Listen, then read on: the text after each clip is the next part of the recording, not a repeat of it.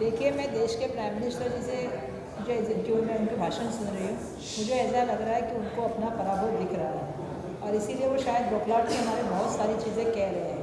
जैसा आप भी जानते हैं कि उन्होंने पिछले दिनों जो है पहले तो कहा कि शिवसेना नकली है, बराबर, और बाद में उसी शिवसेना के पास जाके कह रहे थे कि हम आपके लिए खड़ा रहूँगा। ये तो हम मराठी में कहते हैं पुतना मौसी से प्रेम है थे, झूठ का प्यार है वो सब।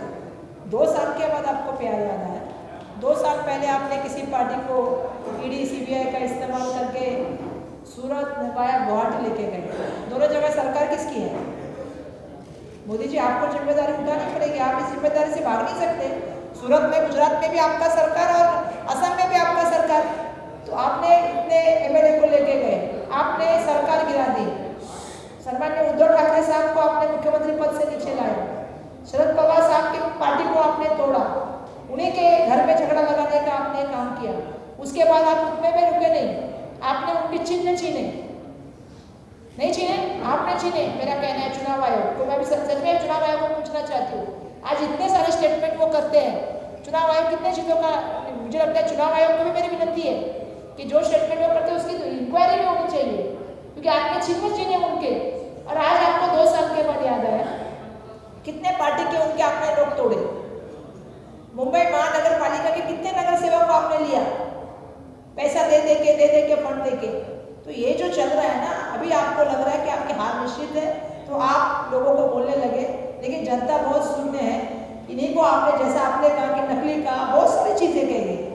आपने 83 के एज के आदमी के बारे में क्या कहा, सब जनता समझ रही है।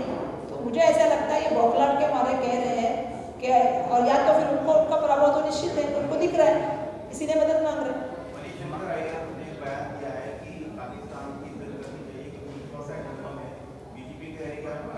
मणिशंकर अय्यर जी के सवाल का जवाब मैं नहीं दूंगी, वो कांग्रेस के कोई मेंबर नहीं है। मैं अपनी पार्टी की बात करूंगी। मणिशंकर जी का जो व्यूज है उनका पर्सनल व्यूज है।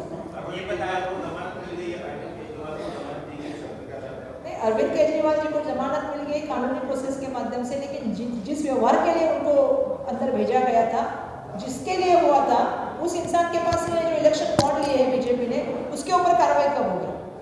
उसके ऊपर भी कार्रवाई की अपेक्षा है हमें, क्योंकि आप ईडी लगाते हो किसी के खिलाफ और जिसको व्यवहार होता है उस आदमी के पास से आप पैसा कैसे ले सकते हो? जनता को सवाल कब पूछने का हक है ना, जनता ये सवाल पूछ रही है। आपने इलेक्शन बॉन्ड लिए, वो किससे किससे लिए है और कैसे पैसे आपने जमा किए? लोगों को क्या किया आपने? किसी को ईडी की इंक्वायरी, किसी का प्रॉफिट नहीं, उससे ज़्यादा पैसा आपके पास आया है। तो ये बहुत बड़ा भ्रष्टाचार है। मैं आपको बताना चाहती हूँ, केजरीवाल जी बाहर आएंगे, वो अपनी आवाज़ बुलंद करेंगे। मुझे पूरा यकीन है कि दिल्ली से लेकर मुंबई तक वो आएंगे और इंडिया अलायंस को उनके आने से ज़्यादा ताकत मिलेगी। कब्र में खोद देंगे, कब्र में वो दफन कर देंगे, ऐसी बातें शिवसेना भी करेगी, कांग्रेस भी करेगी। शब्द है कि मोदी को गाड़ देंगे, मोदी को की कब्र खुदेगी, इसमें भी अपने वोट बैंक को पसंद आए वो गालियाँ देंगे। मोदी जी हमेशा क्यों सिंपैथी चाहते हैं? मोदी जी काम पे क्यों नहीं बात करते? मोदी जी ने काम पे बात करनी चाहिए ना। 10 साल में उन्होंने देश के लिए क्या किया, उस पर बात करनी चाहिए। मोदी जी कितनी गालियां देते हैं राहुल जी को, बीजेपी के लोगों ने कितनी गालियां दी राहुल जी को। पप्पू नाम किसने रखा राहुल जी का?